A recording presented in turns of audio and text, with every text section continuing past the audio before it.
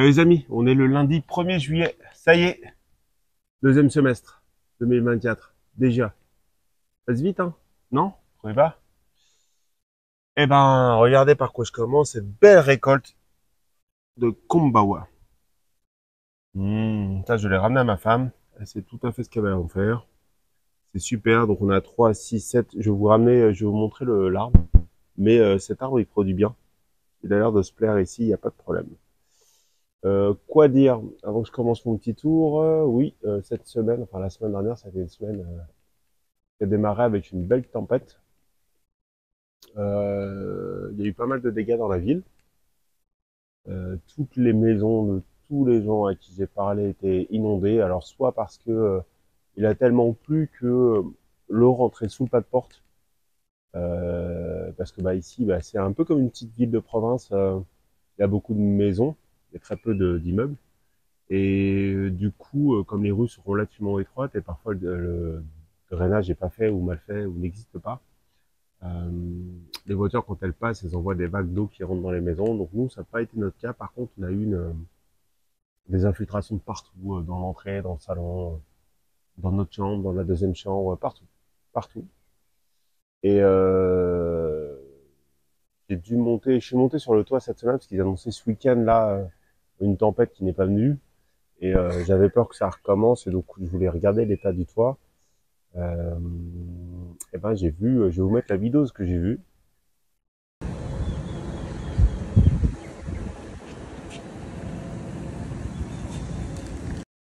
Voilà, et j'ai la vidéo de quand j'ai débouché enfin, la sortie fluviale, on va dire, des eaux fluviales, l'évacuation des eaux pluviales, pardon.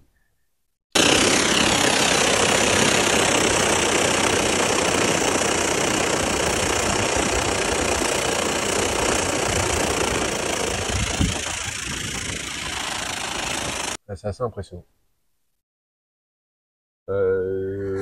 Après, une fois fait ça, il a plu un petit peu et on a vu qu'il n'y avait plus du tout d'infiltration, donc je pense que c'était lié à ça pour nous dans notre cas. Et on n'a pas d'eau qui rentre, on va dire, sous le pas de porte, on est trop loin de la rue. Et la rue est pas assez inondée pour que ça nous arrive, en tout cas pour l'instant. J'ai eu des copains qui ont eu la foudre, parce que la foudre aussi a tapé, qui est tombée sur leur terrain, qui a éclaté des arbres de ce type-là. Là. Hop, ces arbres-là, ils étaient tous couchés. Ils m'ont envoyé des photos, c'était impressionnant. Je ne les mettrai pas, mais c'est impressionnant. Donc la foudre peut taper ici, ce qui nous surprend, nous les étrangers, parce qu'il n'y a pas de paratonnerre. Enfin, on n'en voit pas. Les maisons ici, elles sont construites sans paratonnerre. Je connais pas la législation en France, mais je crois que c'est obligatoire d'avoir un paratonnerre. Enfin, j'imagine. Corrigez-moi si je me trompe. Ici, il n'y en a pas. Donc, faut pas trop être debout, faut pas trop être, enfin, faut avoir la foi quand la foudre tombe. Ouais. Et nous, dans notre petit commerce avec ma femme, on a eu une mauvaise surprise avec notre réservoir d'eau qui s'appelle un Tinaco, qui s'est effondré donc le lundi soir. Nous on travaille du mardi à samedi. Et le mardi matin, on n'avait pas d'eau et le temps de monter sur le toit, de vous mettre les photos de ce que j'ai vu. C'est assez impressionnant parce que le réservoir à eau, c'est un réservoir de 400 litres, c'est pas le plus gros. Mais 400 litres, ça avait en gros 400 kilos et ben il a été dégagé par la tempête comme un feu de paille. Donc on l'a remplacé. C'est pas grave, mais bon. Et donc pourquoi je parle de ça, c'est parce que ils annoncent un ouragan la semaine prochaine. Alors il va frapper le Yucatan. Ils savent pas exactement où et à quelle force. Pour l'instant, il a été upgradé, monté en catégorie niveau 4. Vous savez, d'abord ça commence en tempête tropicale, après c'est un ouragan catégorie 1, 2, 3, 4, 5, suivant la force, je crois à la vitesse des vents. Je sais pas s'il y a d'autres critères, probablement. Et là, il est en catégorie 4, donc catégorie quasiment la plus haute, l'avant-dernière, et il est à 3500 km. Et ça avance en gros à 30 km/h, si j'ai bien compris. Donc, ils savent pas encore si, parce que Mérida est pas sur le chemin traditionnel des ouragans, ça passe plutôt vers Tizimin en général, et eux, ils prennent cher. Mais bon, il y a eu en 2002, 2003, 2004 un ouragan qui s'appelle Isidore, qui lui est passé par Mérida, il a eu une trajectoire très très bizarre. Et il a frappé Mérida. Alors il n'y a jamais eu vraiment de très très gros dégâts, mais avec le changement climatique, on ne sait pas comment ça peut dériver. Et notamment, les experts disent que c'est la première fois historiquement qu'il y a des ouragans qui se forment si tôt. Et c'est lié au fait que l'Atlantique est un peu plus chaud que d'habitude, bah, réchauffement climatique ou changement climatique, souvent comme vous souhaitez l'appeler. Et donc du coup, les eaux plus chaudes visiblement favorisent les ouragans. Voilà, voilà. Et donc c'était le petit point météo. Donc comme on s'attend à avoir des grosses pluies, j'arrose pas, mais j'ai des broussailles à mort. D'ailleurs, je vais vous montrer. Ah bah non, je peux pas. Ah, si, je peux. Hop, je débroussaille donc ma petite débroussailleuse et j'utilise, j'ai viré le couteau pour quelques raisons et je réutilise mon fil torsadé là, du 3,3 mm. Je crois que c'est du nylon à l'intérieur. Ça tabasse. Alors pas autant qu'un couteau de, c'est la marque Oregon, je leur fais de la pub. C'est une très bonne marque. Ça tabasse pas autant que le couteau de hachage que j'avais. Mais du coup, je n'utilise plus le couteau de hachage parce que j'ai besoin d'un adaptateur et je le trouve pas. L'adaptateur, il permet de réduire le diamètre du couteau et je peux pas tourner sans parce que si j'en mets pas, bah ça vibre et si ça vibre, non seulement ça casse la machine, mais ça envoie des vibrations dans le bras très très douloureuses. Donc je l'ai pas réussi à le trouver, donc je l'utilise pas pour le moment et en plus parce que la végétation est assez verte, donc elle est plus souple. Le couteau de hachage est idéal quand vous avez des petits troncs, enfin des petits troncs, même pas des arbustes, hein, je veux dire des herbes qui sont très lignifiées ou très hautes ou très denses. Là, ça dépote. Mais le problème, c'est que c'est très physique, c'est encore plus physique que de débroussailler avec du fil, parce que ça vous envoie énormément de vibrations dans les avant-bras. Et en général, moi, je fais pas plus de 45 minutes. Là, avec le fil, j'ai pu faire quasiment tout le terrain en 1 h 30. Alors, je laisse, hein, moi, je le fais pas. C'est pas un truc professionnel. Regardez cette grosse touffe qui reste là, je m'en fous, quoi. C'est pas très très grave. J'essaie de débroussailler au maximum autour des arbres.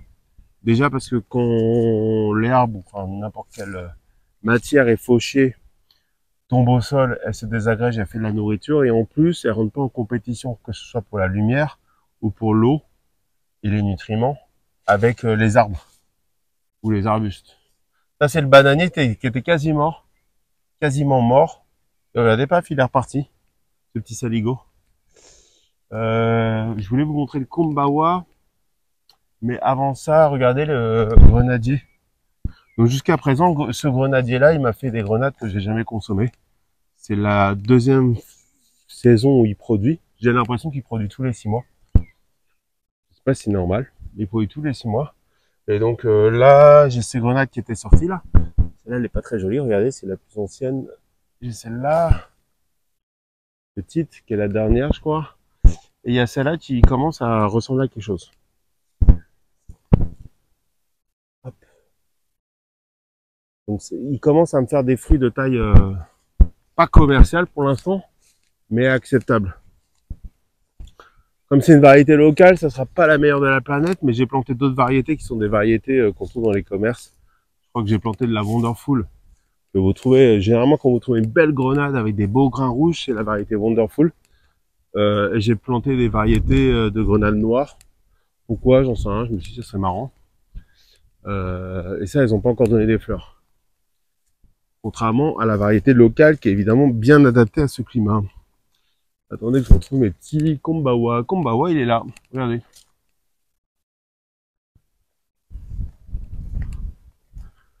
Donc c'est un fruit qui est, je veux dire, facile à récolter parce que vous faites pas la distinction entre un fruit qui est pas mûr et un fruit qui est mûr, si ce n'est au niveau de la taille.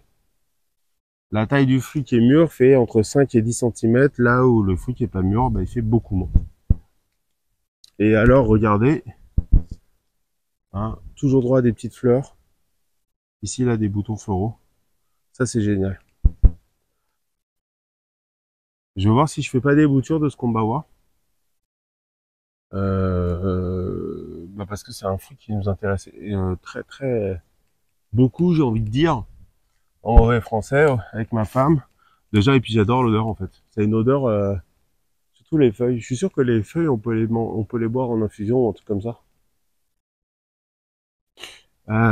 Paf, sinon après il y avait l'autre grenadier que je voulais vous montrer, qui lui est plus chétif, mais il commence à me sortir des fruits. Alors pareil, c'est un grenadier local. Va falloir vraiment que je me mette à regarder la taille. Parce que, vous voyez, j'ai planté hyper proche. Hein. Enfin, hyper proche. Ceux-là, c'est moins proche que ceux proches du mur. Mais c'est environ tous les 4 mètres. Pourquoi? Parce que je veux avoir de l'ombre au terrain le plus vite. Et après, moi, ça me pose aucun problème si les branches s'en mêlent, un petit peu comme dans la nature. Et vous commencez à voir, alors c'est pas du tout, c'est un début de syntropie, de culture en syntropie. Et ça marche, enfin, ça ne marche que si vous plantez tout en même temps. Parce que si vous avez un grand arbre et que vous plantez à côté des jeunes pousses, bah ils vont pas pouvoir se développer parce que le grand arbre, déjà il va capter toute la lumière, mais en plus sous le sol, ses racines elles vont s'étendre et elles vont pas laisser la place aux autres. Donc pour ça que j'ai planté proche et mon idée c'est de planter proche pour garder l'humidité sous les feuilles des grands arbres et donc du coup ça c'est l'enfer. Hein. Et de faciliter la culture sous les arbres. Regardez, les liens comme ça j'en ai un paquet. Alors ça c'est censé être un citron caviar. On va voir. Je dis c'est censé, hein. Vous connaissez on appelle ça le doute que j'ai tant que j'ai pas vu le fruit quoi.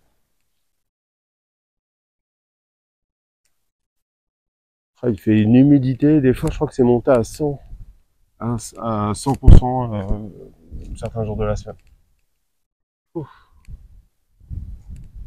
Du coup on a moins soif que quand il fait sec.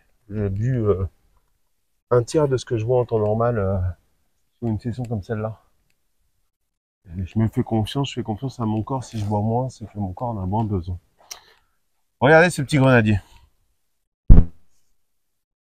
Il a commencé à me faire 2 grenades ici là. Comme ça, ni vu ni connu. Je m'en étais même pas rendu compte. Et là, il me fait des boutons floraux. Vous voyez comment c'est beau. Hop là, un. Il y en a un petit là, 2. Ça c'est cool. Ça c'est cool. Ensuite, j'avais fait des boutures aériennes. Il va falloir que j'ouvre pour voir ce que ça donnait, si ça a marché ou pas. J'en ai aucune idée. Et ensuite, le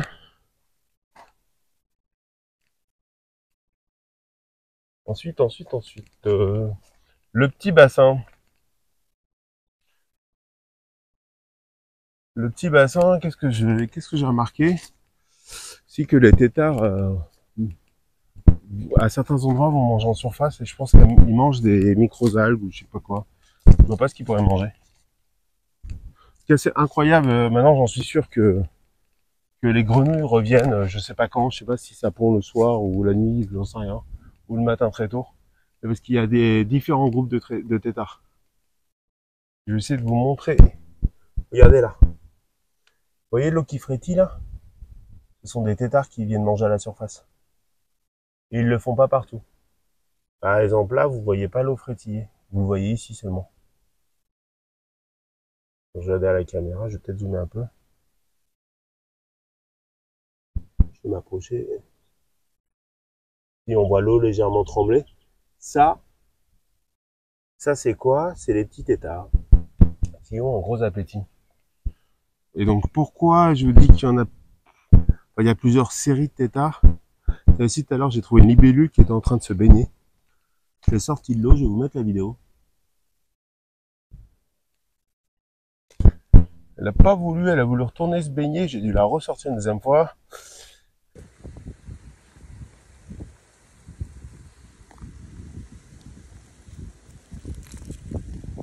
Oh mais qu'est-ce que tu retournes dedans toi?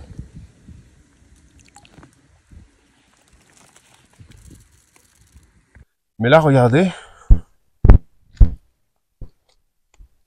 Oh, je pense qu'on voit quand même. Ils sont minuscules, les têtards ici. De ce côté-là, les têtards sont minuscules, mais vraiment minuscules. On dirait, je sais pas, des poux quoi.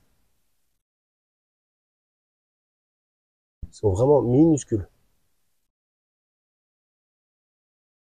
Et là-bas, par contre, c'est des gros bébés. Donc je suppose que la grenouille, enfin, des grenouilles viennent. Je sais pas si c'est la même qui vient à chaque fois. Et donc voilà. Ça va me faire des vagues de têtards diverses et variées.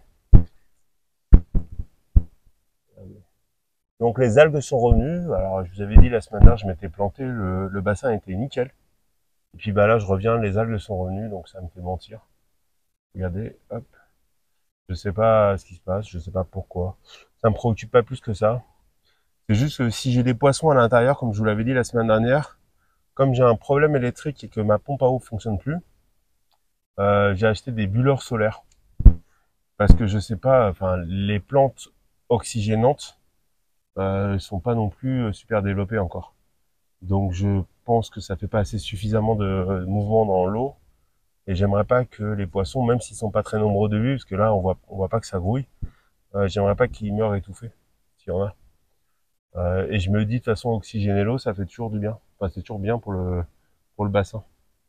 Donc je vais le recevoir la semaine prochaine. Je vais voir si je le mets tout de suite ou pas, parce que comme on est censé avoir notre ouragan la semaine prochaine, enfin le week-end prochain, d'ici ce que je reçois, je pense qu'on aura des données météo plus précises. Et je verrai, je prendrai la décision de le mettre ou de pas le mettre. Donc j'ai acheté ça et j'ai acheté une fontaine à eau solaire qui projette de l'eau un petit peu en hauteur. Ça, je vais le recevoir un peu plus tard. C'est cool. Là, il y a énormément de libellules. Comme ça fait 2 semaines qu'il pleut, les chenilles sont réapparues. Et du coup, on commence à avoir des papillons. Et c'est super sympa, quoi. Vraiment, c'est... Là, tout à l'heure, je mangeais mes petits raisins que ma femme m'a laissé pour mon... pour me redonner un petit coup de fouet, parce que j'ai toujours un petit coup de mou vers 10-11 heures. Comme j'arrive ici vers 7 heures. Et j'écoutais le calme et les libellules qui virevoltaient. C'est super agréable. Voilà, voilà. Voilà pour ce petit tour. Donc ça débroussaille fort. Et puis bah on va voir hein, ce qui va se passer avec ces fameux ouragans, mais dans tous les cas, faut pas faire grand chose à part attendre. Voilà, voilà. À bientôt les amis. Ciao, ciao.